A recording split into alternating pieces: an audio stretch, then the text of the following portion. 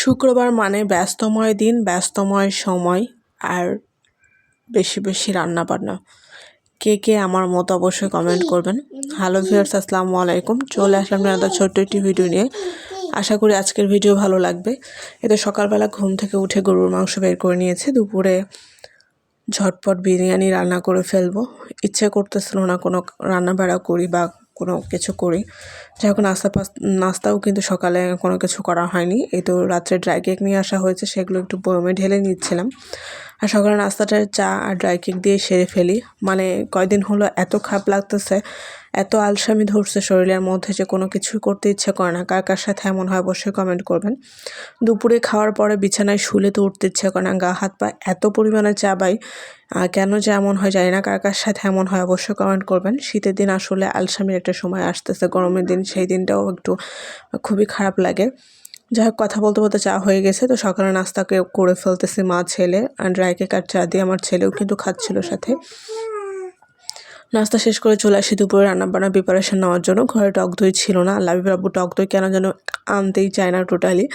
তো এখানে দুধ আর লেবু দিয়ে টক দইটা তৈরি করে নিচ্ছিলাম। এইভাবে প্রায় সময় আমার বিরিয়ানিগুলো রান্না করা হয়।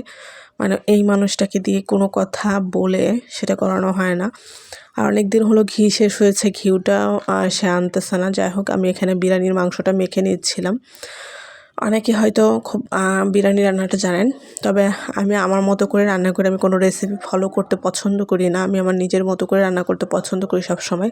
আলহামদুলিল্লাহ খুব সুন্দর এবং পারফেক্ট হয় রান্নাটা। তো আজকে কোনো রকমের বাদাম ছিল না, যার কারণে বাদাম বাটা দিতে পারিনি।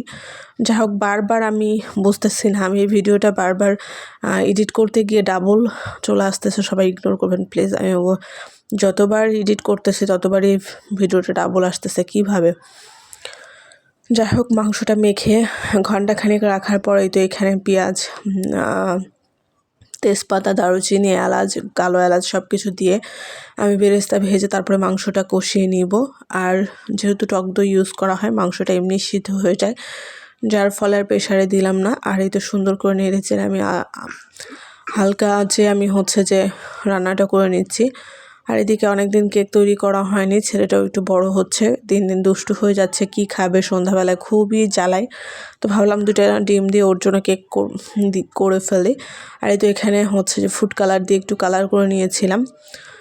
তো আমি কেকটা বসিয়ে দিয়েছি। আসলে এত কিছু তো দেখানো যায় না, অনেকে কেক বানাইতে পারেন, যেহেতু পুরোপুরি ভিডিও করতে গেলে অনেক বড় হয়ে যায়, ভিডিও লেন্দি হয়ে যায়। তো যাই হোক, কেকটা বসিয়ে পাশের চুলায় আমি এই তো বিরিয়ানিটা রান্না করে নিয়েছিলাম। পোলাওটা আমি রান্না করে নিয়েছি প্রায় 90%, 10% এই যে মাংসের যে ঝোলটা আছে সেটার মধ্যে হয়ে যাবে। তো কে কীভাবে বিরিয়ানি রান্না করেন অবশ্যই কমেন্ট করবেন। আমি তো সবসময় এইভাবেই করে থাকি। যাই হোক, বিরিয়ানিটা দমে দিয়ে আমি চলে আসছি কেকটা নামাই নেওয়ার জন্য। তো আজকের ভিডিওটা এই পর্যন্ত। কেমন লাগলো কমেন্ট করবেন। আল্লাহ হাফেজ।